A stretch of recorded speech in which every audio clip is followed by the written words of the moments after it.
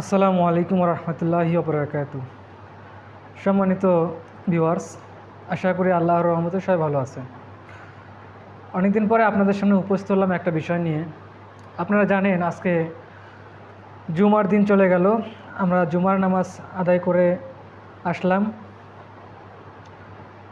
তো আমি আজকে যে বিষয়টা নিয়ে উপস্থিত হলাম সেটা হলো যে আপনারা জানেন আমাদের সমাজে খতিব যারা আছে, যারা জুমার নামাজের সময় বাংলা যে বয়ানটা দেওয়া হয় সে বয়ান এবং নামাজ পরিচালনা করেন তাদেরকেই মূলত খতিব বলা হয়। তো খতিব যারা আছে তাদেরকে আছে একটা দায়িত্ব আছে, সেটা হচ্ছে যে সমাজটা অবশ্যই তাদের কথাগুলো গ্রহণ করে। আপনারা একজন ওয়াজের ময়দানে যখন কোনো মানুষ ওয়াজ মাহফিল করতে যায়, সেখানে আপনি বছরে একবার দুইবার সাধারণ মানুষগুলো সেই আলোচনাগুলো শোনে, কিন্তু জুমার নামাজের সময় যে আলোচনাগুলো করা হয় এই আলোচনাগুলো প্রতি সপ্তাহে সপ্তাহে সাধারণ মানুষগুলো শুনতে পায়। সাধারণ মানুষগুলো এই আলোচনাগুলো গ্রহণ করে। তো আমাদের সমাজে খতিব যারা আছে তাদের কাছে আমি রিকোয়েস্ট করব, আপনারা অবশ্যই কোরআনকে বিকৃতি করবেন না।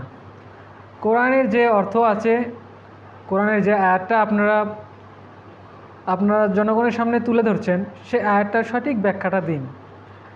আজকে আমি আপনাদেরকে এই কথাটা এজন্যই বলছি, আমি বিগত একটা মসজিদে নামাজ আদায় করলাম। সেখানে হুজুরে একটা আলোচনা করতেছিল যে সূরা আল ইমরানের মধ্য থেকে একটা আয়াত, যে আয়াতটা আমি এর আগেও একটা ভিডিওতে বলেছিলাম। তো আমি আবার সেই আয়াতটা বলছি। আয়াতটা হলো, ইয়া আইয়ুহাল্লাযীনা আমানুত্তাকুল্লাহা হাক্কা তুকাতি ওয়া তামুতুন্না ইল্লা ওয়া আনতুম মুসলিমুন। যার অর্থ হচ্ছে যে, হে ঈমানদারগণ, তোমরা আল্লাহকে ভয় করো, ভয় করার মতো ভয় করো এবং মুসলমান না হয়ে মৃত্যুবরণ করো না। এই আয়াতের পাশাপাশি আরও একটা আয়াত তিনি তিলাওয়াত করেছেন, যেটা হচ্ছে যে আয়াতটা হলো, ইনফিরু খিফাফাও ওয়াসিকালা ওয়া জাহিদু বিআমওয়ালিকুম ওয়া আনফুসিকুম ফি সাবিলিল্লাহি জালিকুম খায়রুল লাকুম ইন কুনতুম তা'লামুন। যার সরল অর্থ হচ্ছে যে, তোমরা জান এবং মাল দিয়ে আল্লাহ রাস্তায় যুদ্ধ করো, এটাই তোমাদের জন্য উত্তম যদি তোমরা তা জানতে। তো এই দুইটি আয়াত হুজুর তেলাওয়াত করলেন এবং ব্যাখ্যা দিচ্ছিলেন, তিনি আলোচনা করছিলেন।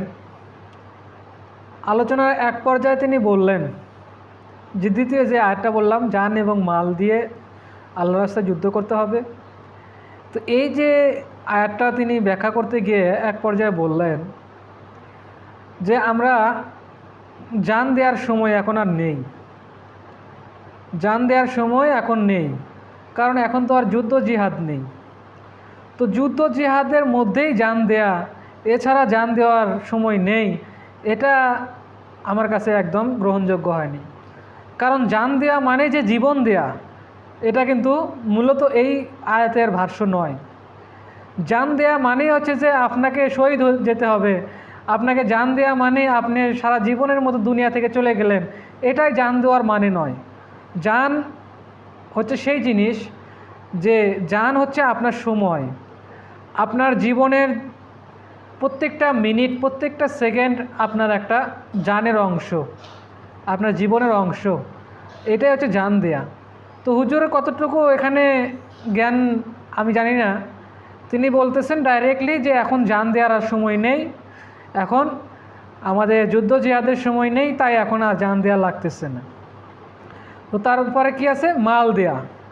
তো তিনি এখানে মাল দেওয়ার কথা বলতে গিয়ে তিনি এইভাবে ব্যাখ্যা করতেছেন, এখন তো হচ্ছে যে যুদ্ধ হজের সময় আসতেছে।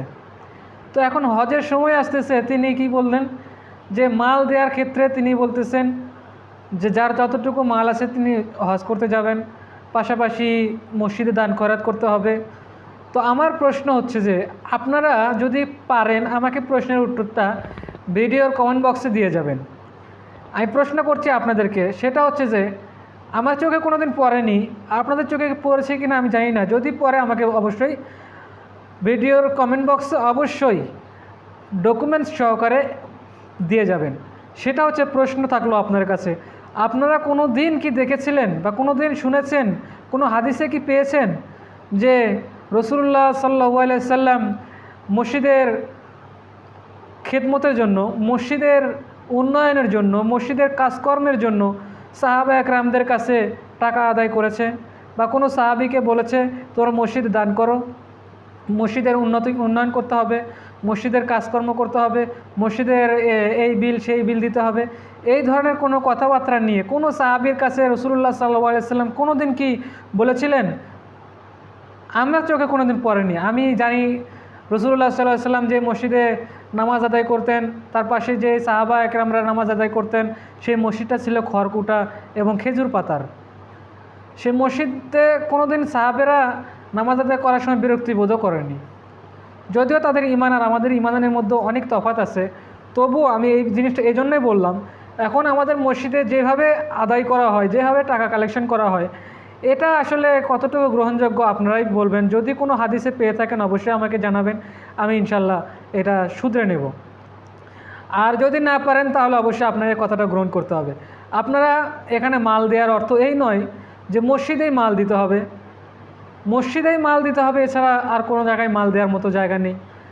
আপনার মসজিদে ছাড়া আপনি বলতেছেন যে হ্যাঁ মসজিদে দিতে হবে, মাদ্রাসায় দিতে হবে, এতিম মিসকিনকে দিতে হবে, তারপরে হচ্ছে যে আপনার ভিখারিকে দিতে হবে, সমস্যা নেই, আপনি দেন, সমস্যা নেই। কিন্তু রাসূলুল্লাহ সাল্লাল্লাহু আলাইহি সাল্লাম যখন এই আয়াতটা সাহাবা একরামদের সামনে উপস্থাপন করলেন, তখন কি তিনি মাল দেওয়ার ক্ষেত্রে মসজিদের কথা বলেছিলেন না অন্য কোনো জায়গার কথা বলেছিলেন? এই হুজুর, যে হুজুরটা আলোচনা করতেছিলেন, তিনি এক পর্যায়ে বলতেছেন যে রাসূলুল্লাহ সাল্লাল্লাহু আলাইহি সাল্লাম যখন মাল দেওয়ার কথা বললেন, তিনি মাল দেয়া এক পর্যায়ে তিনি বলতেছেন যুদ্ধ জিহাদের কথা, যে একটা যুদ্ধের সময় সাহাবা একরামদের কাছে রাসূলুল্লাহ পেশ করলেন, তোমাদের যার যেটুকু সামর্থ্য হয়, যার যেটুকু সম্পদ আছে তোমরা দান করতে পারো। সেখানে তিনি একটা ইতিহাস টেনে আনলেন, যেটা আমরা সবাই জানি। হযরত ওমর রাদিয়াল্লাহু তাআলা আনহু তার সম্পত্তির অর্ধেক দান করেছিলেন। তারপরে হযরত আবু বকর রাদিয়াল্লাহু তাআলা আনহু তিনি কী করলেন, তার সম্পত্তির সমস্ত অংশ তিনি দান করলেন। তার ঘরে শুধুমাত্র আল্লাহ এবং রসুল ছাড়া আর কাউকে রেখে আসেননি, কোনো সম্পদ রেখে আসেননি। তো এই হাদিসটা তিনি তুলে ধরতেছিলেন এখানে। আমি বললাম, মানে আমার প্রশ্ন এখানে জাগছে, সেটা হচ্ছে আপনি যেই উত্তরটা দিচ্ছেন সেই উত্তরটা কি এখানে যায়? আপনি যেই ব্যাখ্যাটা দিচ্ছেন সেই ব্যাখ্যাটা কি এই আয়াতের সাথে যায়? যায় না। আপনি মাল দেওয়ার অর্থ শুধুমাত্র মসজিদ, মাদ্রাসা এবং আপনার ভিখারিকে দিতে হবে, এছাড়া আপনার জান দেয়া, মাল দেয়া লাগবে না, আপনি কীভাবে বলতে পারেন? আমার প্রশ্ন হচ্ছে যে রাসূলুল্লাহ সাল্লাল্লাহু আলাইহি ওয়াসাল্লাম যখন মানুষের কাছে মাল দেওয়ার ক্ষেত্রে আহ্বান করলেন, তখন তো তারা মাল দেওয়ার ক্ষেত্রে তিনি বলেছেন যুদ্ধর জন্য। যুদ্ধর ক্ষেত্রে টাকা পয়সার প্রয়োজন আছে, সেই টাকা পয়সা বা খাদ্যর প্রয়োজন আছে। তখন তো যুদ্ধ করতো 1 মাস, 2 মাস, 3 মাস ধরে, তাই যুদ্ধর ক্ষেত্রে অনেক টাকা পয়সার প্রয়োজন ছিল, মানুষের খাদ্যর প্রয়োজন ছিল। সেই কারণে রাসূলুল্লাহ সাল্লাল্লাহু আলাইহি সাল্লাম সাহাবা একরামদের কাছে মাল চেয়েছিলেন, টাকা পয়সা চেয়েছিলেন।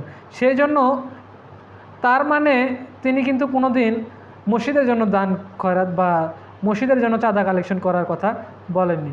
আমি এই আয়াতটা এখান থেকে আমি শেষ করছি। আরও একটা আয়াত যেটা প্রথমে আমি তিলাওয়াত করেছিলাম, সেটা হচ্ছে যে মুসলমান না হয়ে মৃত্যুবরণ করো না। এখানে তিনি বলতেছিলেন মুসলমান হলে আপনার কি কাজ, এবং মুসলমান না হয়ে মৃত্যুবরণ করো না, এটা নিয়েও আমার একটা ভিডিও আছে, আপনারা ভিডিও চেক করলে পেয়ে যাবেন। আমি অবশ্যই ডেসক্রিপশন বক্সে ভিডিওর লিঙ্কগুলো দিয়ে রাখবো, আপনারা প্রয়োজনে দেখে নেবেন। তো এখন বিষয় হচ্ছে যে তিনি আলোচনা করতেছিলেন মুসলমান না হয়ে মৃত্যুবরণ করো না। তো মুসলমান না হয়ে মৃত্যুবরণ করো না, এটা কাকে বলা হয়েছে? যারা মুসলমান, যারা ঈমান আনছে, ইয়া আইয়ুহাল্লাযিনা আমানু, তাই না? যারা ঈমান আনছে তাদেরকে তো বলছে আল্লাহ তাআলা মুসলমান না হয় মৃত্যুবরণ করো না। তো এখানে হুজুরটা আলোচনা করছে মুসলমান আসলে কেমন মুসলমান। আমি আর মানে খুব আশ্চর্য হয়ে গেছি তার আলোচনা শুনে। তো আমি যে প্রশ্নটা আপনাদের সামনে রাখলাম, সে প্রশ্নের উত্তর যদি কেউ পেয়ে থাকেন অবশ্যই আমাকে ভিডিওর কমেন্ট বক্সে একটা কমেন্ট করে ডকুমেন্ট সহকারে বলবেন। আসসালামু আলাইকুম ওয়া রাহমাতুল্লাহি ওয়া বারাকাতুহু।